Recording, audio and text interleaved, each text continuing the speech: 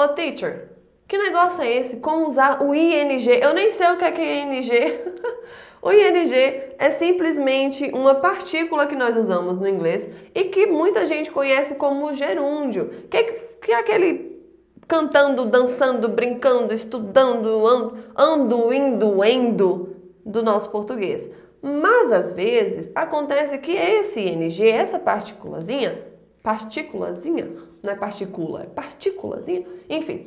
Acontece que essa partícula muitas vezes não é traduzida como dançando, brincando, não fica na forma contínua, né, no gerúndio.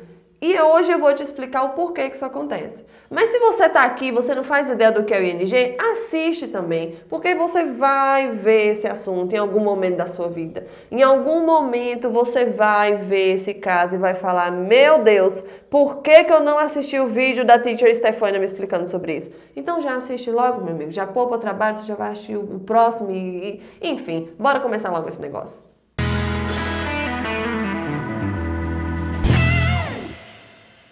Hey guys, what's up? Aqui é a professora Stefania, professora que vai ajudar você a aprender o inglês na prática. Eu já decorei muito isso. Aqui é a professora Stefania, professora que vai ajudar você a aprender o inglês na prática. Vamos lá, vamos falar desse ing. E eu já vou deixar um desafio aqui pra você. Se você gostar desse vídeo, você vai curtir ele, tá? Porque eu não tô aqui de graça, não, eu tô aqui trabalhando. Então, por favor, o mínimo que você pode fazer é curtir esse vídeo e se inscrever aqui no canal, ativar as notificações e me acompanhar no Instagram. E também clicar no link que eu já deixei aqui na descrição desse vídeo. Vamos lá! Vamos entender o uso do ing no geral. O uso do ing é simplesmente o gerúndio, que é o nosso cantando, dançando, brincando. Aí você pega o verbo, põe ing no final. Pronto. Essa geralmente é a regra que a gente aprende em cursos, é a regra geral. Geralmente ing, sempre as pessoas vão associar isso a tempos contínuos. Pega o verbo, coloca ing no final, já é um gerúndio. É o dançando, é o brincando, fazendo, indo, aquela ação contínua. Só que no inglês existem outras formas de usar o ing que não podem ser traduzidas como esse gerúndio, porque tira o sentido da frase. O primeiro caso é depois de uma preposição. Sabe o que são preposições? São aquelas palavrinhas que ligam as palavras em uma frase. Seria, por exemplo, no, na, do, da, em, as. Tudo isso são preposições. E no inglês a gente também tem isso. A gente tem o in, on, at, for, before, after. Tudo isso são preposições. E sempre que você tiver uma preposição, o verbo vai estar com esse ing. E ele não vai ser traduzido como um gerúndio. Por exemplo, vamos ver essa frase aqui, ó. We need to look carefully before buying. Precisamos olhar com cuidado antes de comprar. We need to look carefully before buying. Então, before é a minha preposição. E o verbo que veio depois dele, o verbo to buy, que é o verbo comprar, está com ing. Mas a minha tradução não é comprando. Então, o ing só está aí porque ele vem depois de uma preposição. Então, mesmo que a tradução não seja no gerúndio, tem uma preposição. O verbo vai ter que estar com ing. Outro exemplo. I'm not interested in working for that company anymore. Eu não estou mais interessada em trabalhar naquela empresa. I'm not interested in working for that company anymore. E eu estou olhando aqui para baixo porque sim, eu estou olhando a minha colinha, porque senão eu vou esquecer a frase. Eu não consigo memorizar uma frase grande dessa. Então foca na frase. O que eu disse? I'm not interested in working. In é a preposição. Então o verbo to work vai ter que ter o ing no final, porque está vindo depois de uma preposição. Certo? Segundo caso, quando eu vou indicar o fim de uma ação ou de um hábito. Por exemplo, she stopped smoking after 15 years. Ela parou de fumar depois de 15 anos. Ela tinha esse hábito e ela parou, ela acabou com ele. Então, to smoke, que é fumar, o hábito em si, tem que ter o ing no final. Smoking. Outra frase. He finished answering the test before the whole class.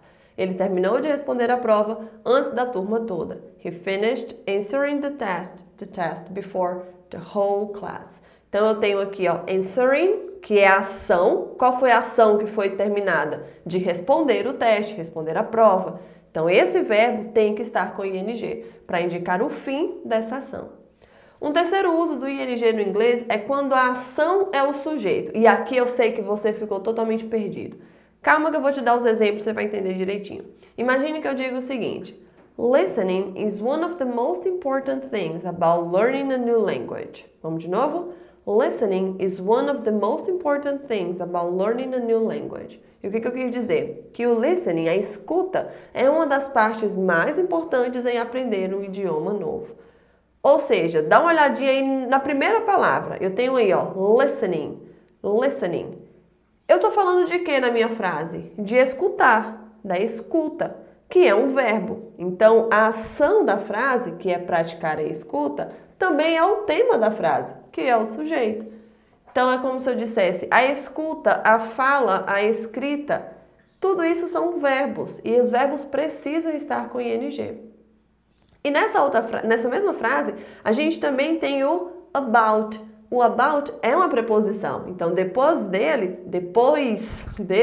tem que ter o verbo com ing, learning, mesmo que a tradução não seja no gerúndio. Então, o que a gente entende aqui? Quando a ação for o sujeito, eu preciso deixar o verbo com ing. Depois de uma preposição, o verbo também tem que ter ing. Olha esse outro exemplo. Running in the morning is better than in the evening.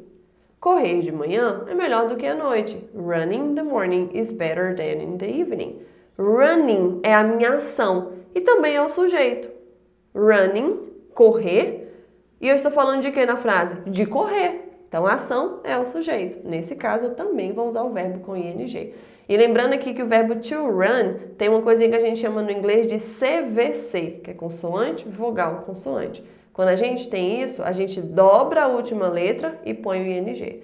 Então, run termina com N, eu acrescento mais um N e coloco ing. Um quarto motivo, uma quarta situação em que os verbos vão ter ing é quando eu quero dizer que o verbo é um adjetivo. Ficou difícil. Calma, vamos lá. Ó. Having a day off is so relaxing. Having a day off is so relaxing. Esse having do começo se aplica ao caso que a gente acabou de ver, onde a ação é o sujeito. Ter um dia de folga, tirar um dia de folga. Having a day off. Day off, dia de folga. E qual que é o adjetivo? Qual que é a característica que eu estou dando para esse dia de folga? Eu estou dizendo que ele é relaxing, relaxante.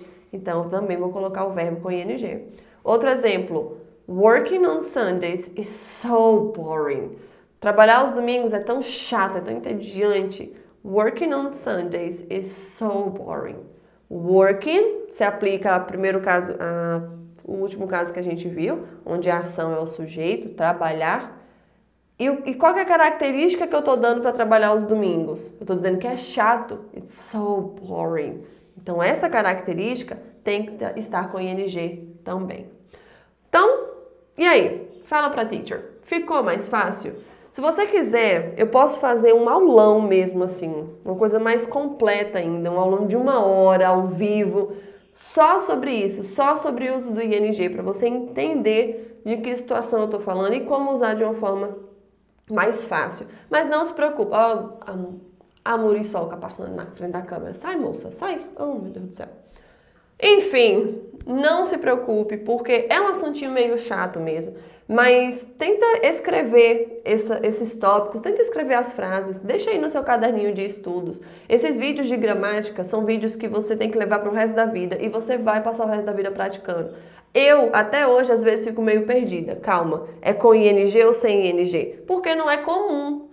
É diferente pra gente. Então, realmente, você precisa ter paciência e ir treinando de pouquinho em pouquinho. E, claro, crie frases novas, tente entender a ideia, a situação, e aí você vai conseguir entender se você vai usar ing ou não. Agora, eu quero saber uma coisa. Me conta aqui nos comentários qual assunto de gramática você acha mais difícil. Conta aqui que se eu não tiver feito um vídeo ainda sobre isso, eu faço um vídeo para você para tentar deixar a sua vida ainda mais fácil. Inclusive, essa aula de ing está dentro do Método Inglês na Prática, que é o curso que eu já deixei o link aqui na descrição do vídeo. Um curso que vai te ajudar a entender o inglês. É isso que eu quero fazer com esse curso, fazer com que você entenda o inglês. Entenda as estruturas, entenda os tempos verbais, entenda a forma de usar as coisas no inglês, para que ele fique mais claro. E se o inglês fica mais claro, você consegue criar qualquer frase que você quiser. E aí, meu amigo, nada te segura mais. Então clica aqui na descrição desse vídeo, espero que você tenha gostado e eu te vejo no próximo vídeo. See ya!